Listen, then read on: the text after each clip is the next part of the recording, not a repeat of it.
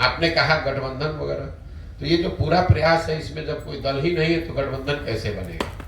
गठबंधन का कोई सवाल नहीं है। जब दल बनेगा तो ये जो पूरी परिकल्पना है इसमें आप यकीन रखिए, या तो हम अर्श पर मरेंगे या फर्श पर मरेंगे, बीच में आने की कोई संभावना नहीं है। अगर समाज को ये बात समझ में आ जाए तो इतनी सीट मिलेगी कि आपको किसी को गिनने की जरूरत नहीं पड़ेगी, किसी से गठबंधन की जरूरत नहीं पड़ेगी। लेकिन अगर इतने सारे प्रयास के बावजूद भी समाज को ये बात समझ में न आए तो 2-4-10 सीट भी नहीं मिलेगा, 0 सीट आएगा, तो फिर उस स्थिति में भी गठबंधन की जरूरत नहीं है। तो वो बिल्कुल क्लियर है, कहीं किसी तरह का कोई जोड़ तोड़ गठजोड़ गठबंधन उसकी जरूरत ना है ना होगी। या तो बात जनता के समझ में आएगी और जनता इसको एक नए विकल्प के तौर पर स्थापित करेगी, जनता का राज बनाएगी। अगर उनको नहीं समझ में आएगा तो जैसे चल रहा है वैसे चलता रहेगा। सर, एनडीए और आईएनडीए में पीएम पद को लेकर के रस्साकसी चल रही है और अजय मतलब बहुत ज्यादा भविष्य वक्ता राजनीति विश्लेषक के रूप में आपका इसमें क्या मानना है, जो कि आईएनडीए में पीएम पद को लेकर के बहुत ज्यादा रस्साकसी चल रही है? मुझे कोई रस्साकसी नहीं दिख रही है। पहले आप अपना गठबंधन बनाइएगा, चुनाव लड़िएगा, जीतिएगा, तब ना प्रधानमंत्री का पद तो बहुत बड़ी बात होती है। बिहार में बड़बोलापन यहाँ के सामाजिक राजनीतिक जीवन की सच्चाई है। जिस दल का 0 एमपी है, आरजेडी का 0 सांसद है लोकसभा में, अब वो लोग बता रहे हैं कि देश का प्रधानमंत्री कौन बनेगा, तो ये बड़बोलापन ही है। भाई आपको पूछ कौन रहा है? प्रधानमंत्री कौन बनेगा ये तय तो वो पार्टियां कर सकती हैं जिनके सांसद जीत कर आते हैं।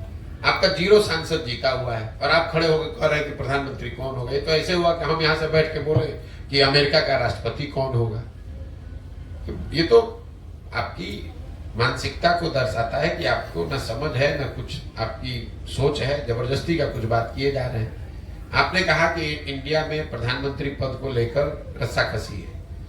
मेरे भाई, अभी तो इंडिया गठबंधन के 3-4 खाली बैठक हुई है, अभी तो कार्यक्रम तय नहीं हुआ, सीट एडजस्टमेंट तय नहीं हुआ, यही नहीं पता है कि वो लोग चुनाव कैसे लड़ेंगे, तो रस्साकसी क्या होना है? तो कॉमन सेंस की बात है।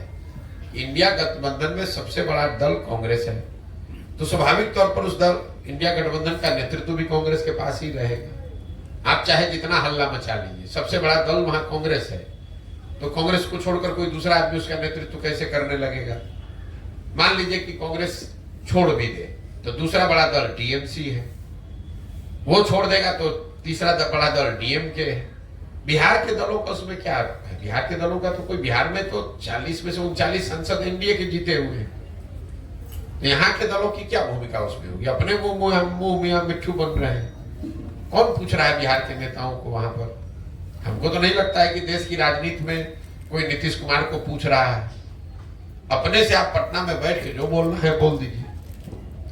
और सर, आप यहाँ पर मिथिलांचल में आपकी जो है पद यात्रा समाप्त की ओर है, अब आप जाएंगे बेगूसराय यहाँ से, तो आप कुछ मैथिली के लोगों से मिले, कुछ मैथिली सीखे, या मैथिली में कैसा लगा लोगों का? नहीं, जो भी संवाद होता है मैथिली लोग तो मैथिली में ही बोलते हैं। तो कुछ हम मैथिली जैसे बजने सिखलिए? बजने नहीं सीखे हैं, लेकिन हम मैथिली समझते हैं। लोग जो बोलते हैं उसको हम हिंदी में जवाब देते हैं।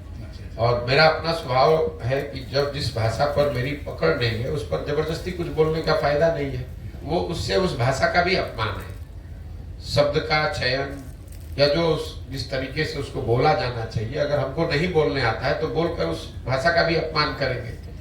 मैथिली इतनी रिच भाषा है, लोग बोलते हैं, हम सुन रहे हैं, हम बोल नहीं सकते, हमारी वो कमजोरी है, हमको नहीं बोलने आता है। नहीं बोलने आता है तो बेहतर है कि हम न बोलें, बजाय इसके कि उसको गलत तरीके से बोलें।